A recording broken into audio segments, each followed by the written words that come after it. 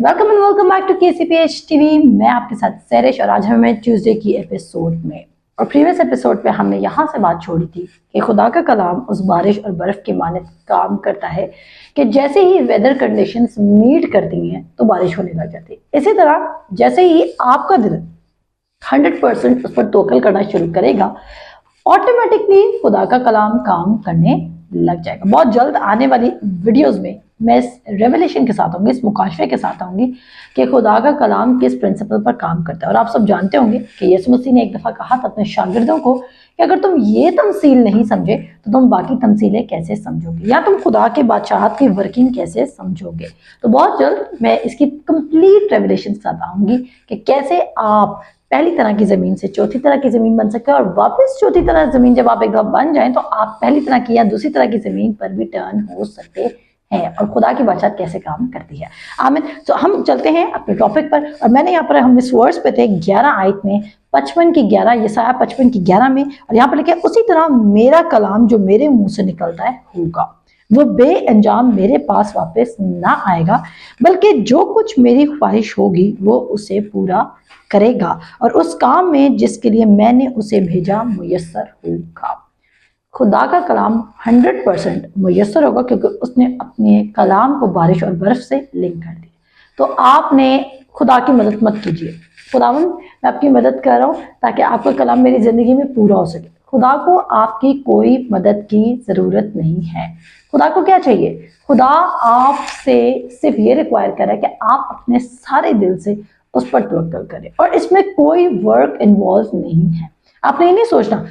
आपको पता है शैतान क्या करेगा? शैतान आपको लीगलिस्टिक बनाएगा। वो कहेगा अगर तुम ये करोगे तो खुदा काम करेगा। जिस दिन आप ज्यादा बाइबल पढ़ेंगे उस दिन शैतान कहेगा, उसके बाद कहेगा शैतान कहेगा अब वो क्या फायदा हुआ, बाइबल पढ़ने के बाद तुमने फिर अपना टाइम वेस्ट कर लिया, काश तुम आज सारा दिन पढ़ते। तो वो आपको किसी ना किसी वर्क में रखना चाहता है और वो आपको आपके ऊपर से बर्डन नहीं उठाना चाहता। पर मैं आपको उस फ्रीडम में लेके चलना चाहती हूँ जो क्रिश्चियन लाइफ के हर वो शख्स जिसने खुदा यीशु मसीह को कबूल किया है उसकी जिंदगी में 100% वो फ्रीडम होना लाजमी है। और अगर वो फ्रीडम आपकी जिंदगी में मिसिंग है तो आपको ये सरमन जरूर सुनना चाहिए और आगे शेयर भी करना चाहिए। तो यहाँ पर हम ये बात स्टैब्लिश कर चुके हैं कि खुदा का कलाम ऑटोमेटिकली और एफर्टलेसली काम करेगा। आपने खुदा की कोई हेल्प नहीं करनी, आपने सिर्फ एक खुदा की हेल्प करनी है और वो ये क्या करनी है कि तू अपने सारे दिल से उस पर तवक्कुल कर और अपने फहम पर तकिया ना कर। कितने दिल से तवक्कुल करना है? 50% और 50% अपनी लॉजिक्स नहीं, 70% और 30% अपनी लॉजिक्स नहीं, 80% और फिर उसके बाद 20% अपनी लॉजिक्स नहीं, 100% आपने उस पर बिलीव करना। और अब आप सोच रहे होंगे कि 100% बिलीव करना मुश्किल है। नहीं, अगर ये बात मुश्किल होती तो या नामुमकिन होती तो खुदा कभी भी ये ना कहता, खुदा यीशु मसीह कभी ये ना कहते कि जो एतकाद रखता है उसके लिए सब कुछ मुमकिन है। खुदा यीशु मसीह कभी ये ना कहते कि तेरे एतकाद की वजह से तुझे शफा मिली। तो अगर वो खुदा यीशु मसीह के टाइम पर लोग रिसीव कर सकते हैं तो आप भी रिसीव कर सकते हैं।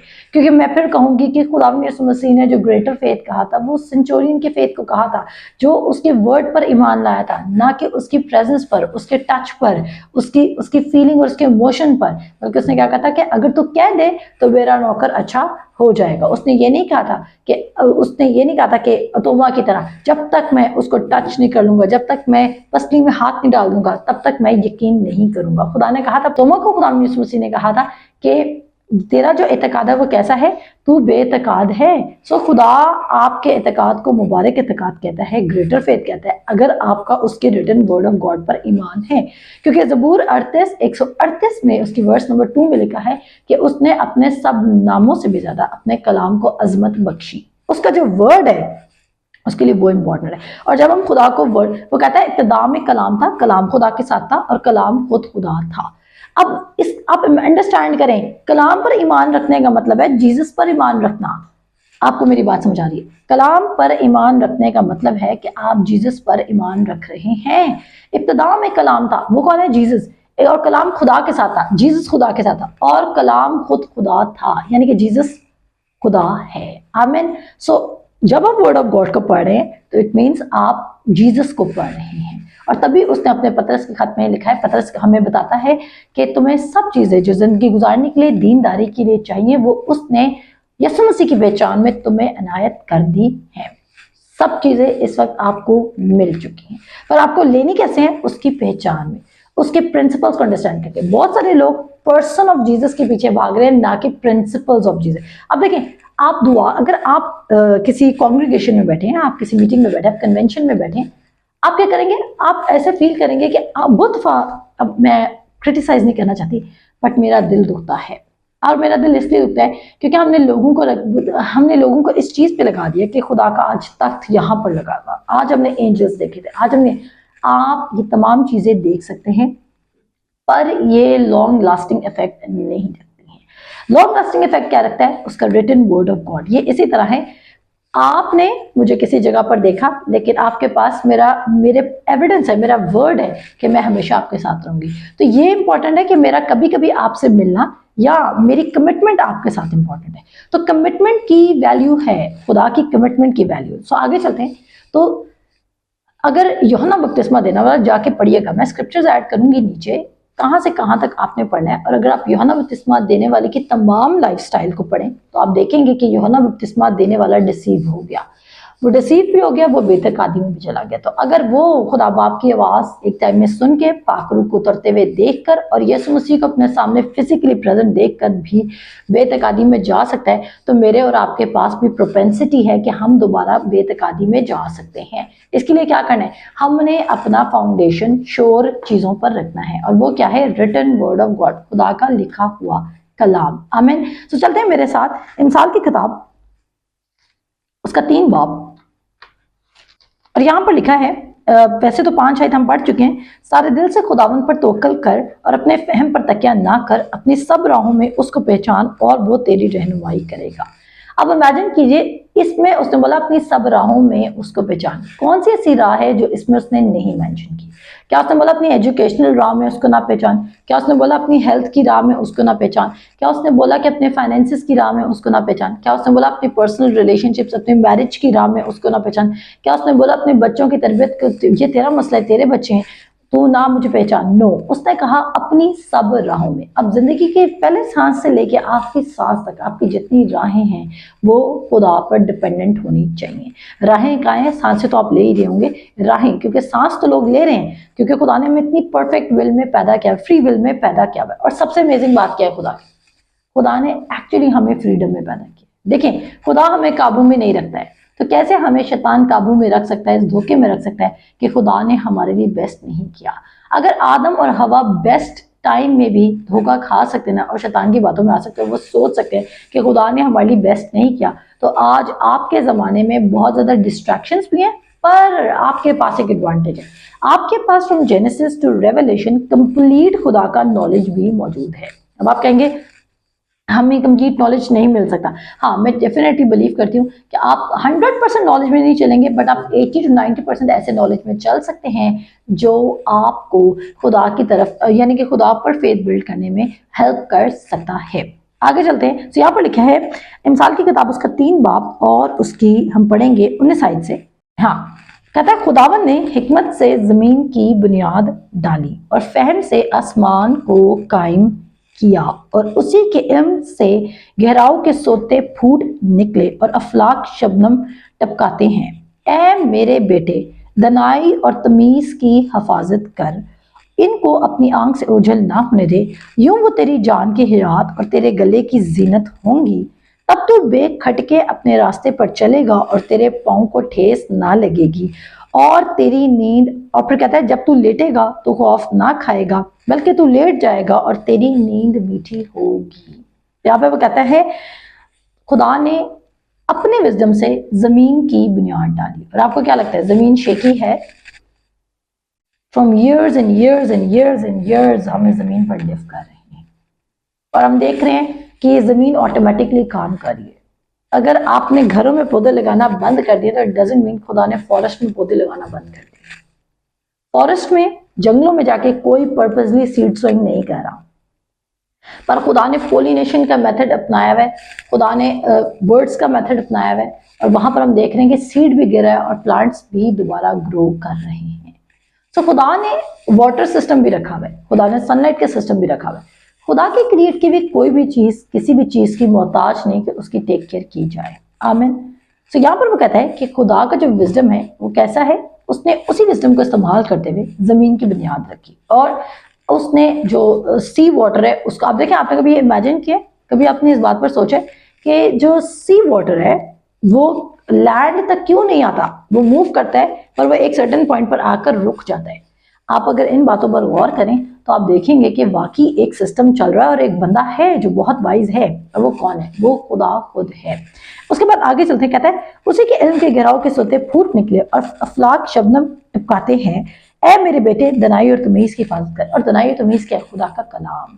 अगर आप तिमोथियस के खत में पढ़ें तो वहां पर लिखा हुआ है कि खुदा का कलाम आपको हर तरह की तमीज सिखाएगा। फिर कहते हैं उनको अपनी आंखों से ओझल ना होने दे, आपने वर्ड को अपने सामने ऐसे रखना है कि आपने उसको अपने साइड से, वो कहता है हम ईमान से चलेंगे ना कि आंखों देखे से। ईमान से चलने का मतलब क्या है, आप ईमान से कैसे चल सकते हैं, ईमान सुनने से पैदा होता है और सुनना मसीह के कलाम से। ईमान से चलने का मतलब है कि आपका सारा फोकस खुदा के कलाम पर होगा, तब आपके अंदर ईमान प्रोड्यूस होगा और तब आप ईमान से चलेंगे। अगर आप कहते हैं हम ईमान से नहीं चल रहे, हम आंखों देकर चल रहे हैं, तो आंखों देखा शख्स कैसा है, वो शक करता है, वो दो दिला है और वो अपनी सब बातों में बेक्याम भी रहेगा। फिर वो कहता है अपनी आंखों से ओझल ना होने दे। खुदा आपको ये टिप दे रहा है कि अगर तुम ऐसी नींद लेना चाहते हो जिसमें तुम बेखटके सोओगे और तुम्हें डर नहीं होगा और तुम्हारे पाँव को पत्थर से ठेस नहीं लगेगी, तो उसके लिए क्या करना होगा, आप इतनी श्योर फाउंडेशन में, यानी कि आप इतनी अच्छी जिंदगी गुजार सकते हैं जिसमें आप, मैंने ये नहीं कहा ट्रायल्स नहीं आएंगी, मैंने ये नहीं कहा टेम्पटेशंस नहीं आएंगी, मैंने ये नहीं कहा टेस्ट नहीं आएंगे, मैंने ये नहीं कहा ट्रबल नहीं आएगी, आएगी, पर आप हर ट्रबल से ओवरकम करके बाहर निकलेंगे। ऐसा नहीं होगा कि आप एक चीज में स्टक हो जाएंगे, वो सीजन होगा आपकी लाइफ का और उस सीजन में आप ग्रेटर फेथ के साथ हर बार निकलेंगे, आप उसकी नई वफादारी से वाकिफ होंगे, आप उसे मोर फेमिलियर होंगे कि वो कितना ग्रेटर लेवल पर काम कर सकते हैं। वो सिर्फ राशन और किराया और बिल्स और पढ़ाई से निकल कर भी बड़े और अजीब काम कर सकता है। आमीन। तो इस रेगुलर लाइफ में खुदा को सीख करना और सिर्फ छोटी छोटी बातों के लिए परसू करना है। एक स्टेज आएगा, आप शुरू करें, छोटे से शुरू करें बिलीव करना। मैं बिलीव करती हूँ कि आप इससे भी ज्यादा आपका faith with the passage of time आप बिलीव करते जाएंगे और वो एक्सपैंड और एक्सटेंड और इंक्रीज होता जाएगा। फिर वो कहता है यूं वो तेरी जान की हयात और तेरे गले की जीनत होगी। वर्ड ऑफ गॉड आपको रिस्पेक्ट बख्शेगा, वर्ड ऑफ गॉड आपके मामलात को सॉल्व करेगा। वर्ड सब कुछ कर सकता है, कोई ऐसी चीज नहीं आपकी जिंदगी में जो वर्ड पूरी नहीं कर सकता, कोई ऐसा आइडिया नहीं है जो खुदा अपने कलाम के थ्रू आपको प्रोवाइड नहीं कर सकता, कोई ऐसा वे नहीं है जो खुदा का कलाम ओपन नहीं कर सकता और कोई ऐसी टेम्पटेशन नहीं है जिससे खुदा का कलाम आपको बाहर नहीं निकाल सकता, कोई ऐसा डिजीज और सिकनेस नहीं है जो यीशु मसीह के मार खाने के बाद आपके बदन में टिक सके। पर इसके लिए क्या करना पड़ेगा, इसके लिए आपको ईमान से चलना होगा, ना कि आंखों देखे से। और इसके लिए क्या करना होगा, इसको वर्ड में टाइम स्पेंड करना होगा, आपको अपनी एक रूटीन सेट करनी होगी जहां पर आप इंटेंशनली खुदा को परसू करेंगे। जरमाया 29:11 लोग बहुत शौक से बोलते हैं और लोग कहते हैं हाँ, for I know the plans I have for you और प्लान्स फॉर यू गुड। ये वर्ड्स हमने इतनी याद की और हम बोल तो लेते हैं, पर क्या होता है उसके बाद जो उसने नेक्स्ट लिखा, और तुम मुझे पूरे दिल से पुकारेगा और मैं तुझे जवाब दूंगा। हम इस वाली वर्ड्स को मिस कर देते हैं, हम खुदा को पूरे दिल से नहीं पुकारते बिकॉज वी आर वेटिंग। हमने खुदा को एज एन ऑप्शन सेट किया हुआ है, अगर खुदा ने करना होगा तो कर देगा। और हमें हमारी सारी प्रेयर्स जो होती है ना वो बेतकादी से भरी होती है, क्योंकि हम मोस्ट ऑफ द टाइम ये कह रहे होते हैं कि अगर खुदा की मर्जी हुई तो हो जाएगा और अगर खुदा की मर्जी ना हुई तो नहीं होगा। और इसमें हम इंक्लूड करते हैं अपने सुपर नेचुरल प्रोविजन को, अपनी हीलिंग को, अपनी होलनेस को, अपने लाइफ के डिफरेंट मैटर्स को। हम सब कुछ करने के बाद खुदा के पास आते हैं कि खुदावन इसमें तेरी मर्जी है या नहीं है। आपको इसी एटीट्यूड से निकलना होगा और आपको उसकी वफादारी, लेकिन इस एटीट्यूड से आप कैसे निकलेंगे, ऑटोमेटिकली हरगिज नहीं, फोर्सफुली हरगिज नहीं।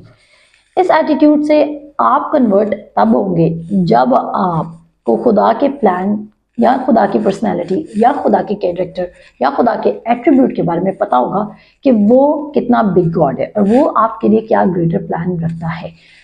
तब जाके आप क्या करेंगे, आप उसका बिलीव करना शुरू करेंगे। और उसके बाद वो कहता है तब तू बेखटके अपने रास्ते पर चलेगा। आपको, क्योंकि वो रास्ता कहाँ से आ रहा होगा, पीस ऑफ गॉड से, अंदर से, आपके अंदर से स्पीकर होगा। आप, हमने अक्सर अपनी बैली पे हाथ रखते हैं और बिलीव करते हैं कि स्पिरिट ऑफ गॉड यहाँ पर होता है, बट वो कहता है ना आउट ऑफ योर बेली और मुझे पूरी वर्ड्स नहीं आते, बट वो वर्ड्स है कि अंदर से वाटर्स निकलेंगे, लिविंग वाटर निकलेगा। तो ये वर्ड्स मैं ऐड कर दूंगी तो आपके अंदर से पीस आएगा। वो पीस बाहर से नहीं आएगा, वो किसी 4 लोग ये कहेंगे कि यस गो दिस वे तब नहीं आएगा। मैं फिर इब्राहिम को लेकर आऊंगी। इब्राहिम को किसी ने बताया नहीं था कि तुम्हें उस रास्ते से निकल है, उसको खुदा की स्टिल स्मॉल वॉइस आई थी और वो निकल पड़ा था। और इसी तरह छोटी सी बात करके हम एंड करेंगे, 1 मिनट की बात करेंगे। डेविड को किसने बताया था? डेविड उस दिन, जिस दिन जाति जूलियत फजीलत कर रहा था खुदा की कौम का, खुदा की कौम की इंसल्ट करता, खुदा की इंसल्ट करता, उस दिन दाऊद राइट टाइम पे राइट प्लेस पे कैसे मौजूद था? Still small voice. आमीन। तो मिलते हैं आपसे नेक्स्ट एपिसोड में। खुदा हाफिज।